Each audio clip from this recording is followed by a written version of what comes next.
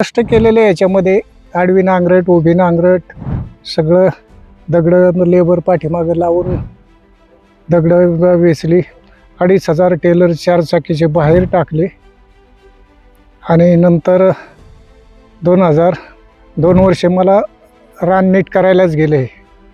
Bore घेतलं, त्याला थोडं पाणी लागलं, त्याच्या विहीर खोदली, नंतर मग दगड वेचून सगळं मग 2003 मध्ये बागेची लागवड केली. त्याच्या अगोदर खड्डे खांदायला भांडवल नव्हतं जवळ.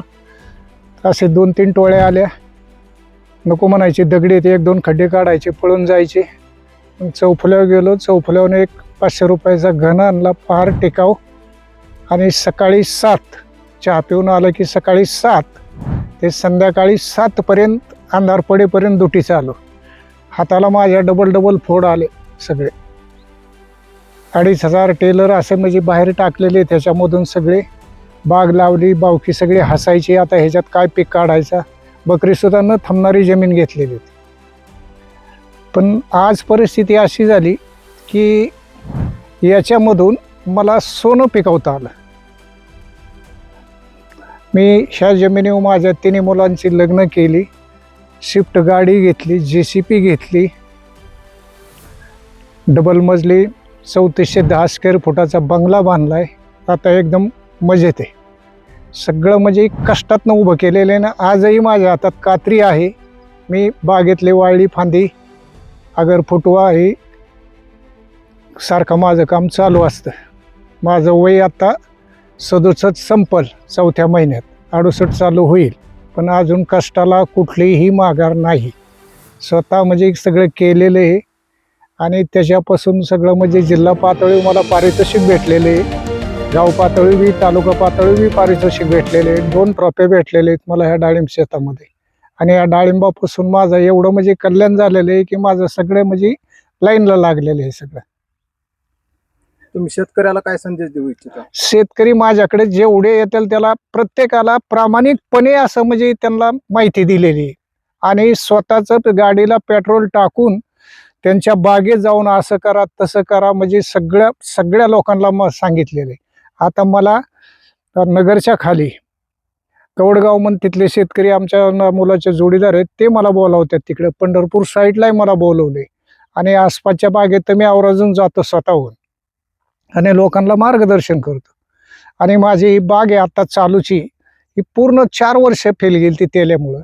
पण या लहान मुलाने राहुरी तिकडे कोपरगाव तिकडे जाऊन अभ्यास करून ती बाग वाचवली.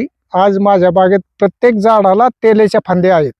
त्याच आता बस्ट होत्यात, ते मी काढितोय वाळलं.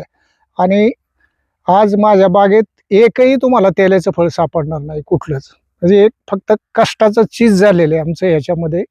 आणि आम्हाला डाळिंब सोडून दुसरं पीक कुठलं आवडत बी नाही. ऊस कांदे आपले तसले काही करत नाही. कारखान्याचे सभासद हे सगळे लावला होता ऊस, 1.25 एकर 10व्या महिन्यातच देऊन टाकला गुऱ्हाळाला आणि त्यात डाळिंबाची लागवड केली परत.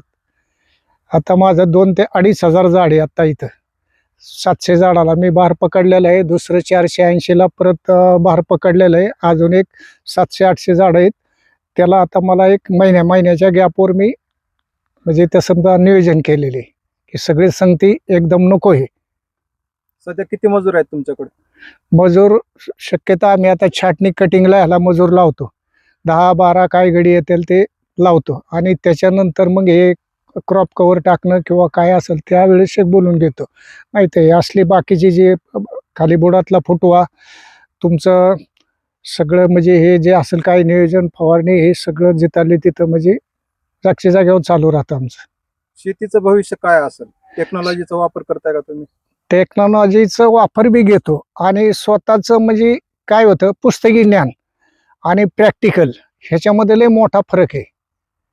कारण पुस्तकी ज्ञान कसं असतं, वातावरण ते राहत नाही, वातावरण घडीत बदलते.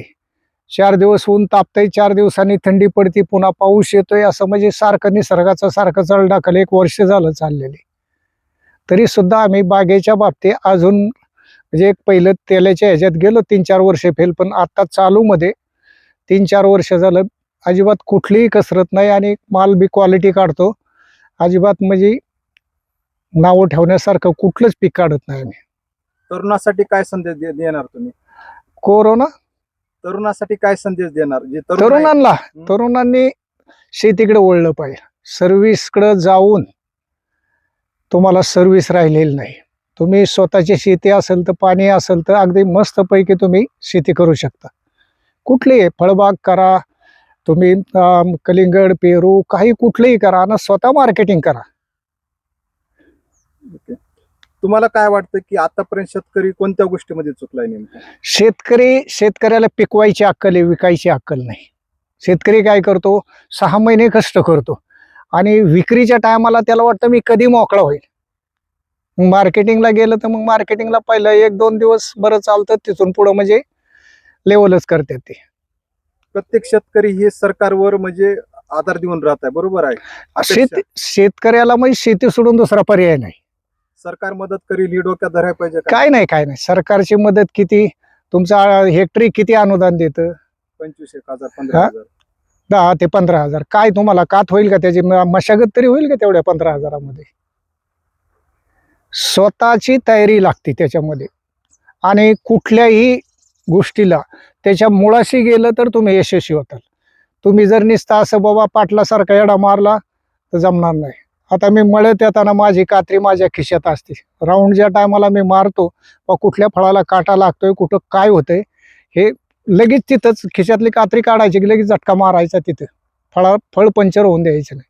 असं जातीने जर लक्ष दिलं तर तुम्ही शेतीमध्ये अवश्य म्हणजे कायमस्वरूपी यशस्वी होताल.